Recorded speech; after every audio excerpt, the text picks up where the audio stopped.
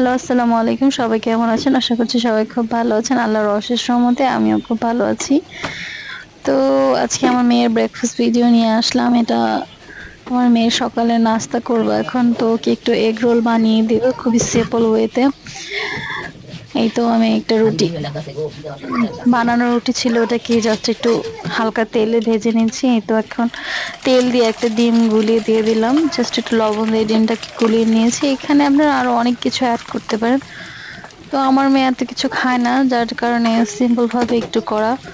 সকালে নাস্তাটা যেহেতু আমরা সবাই রোজা আজকে, তো ওর জন্য একটু সিম্পল ভাবে নাস্তাটা রেডি করে নিলাম। তো এটাও খুবই পছন্দ করে এগ রোল।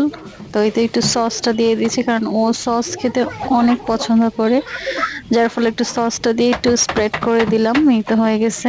এবার এটাকে পেঁচিয়ে দিব। পেঁচিয়ে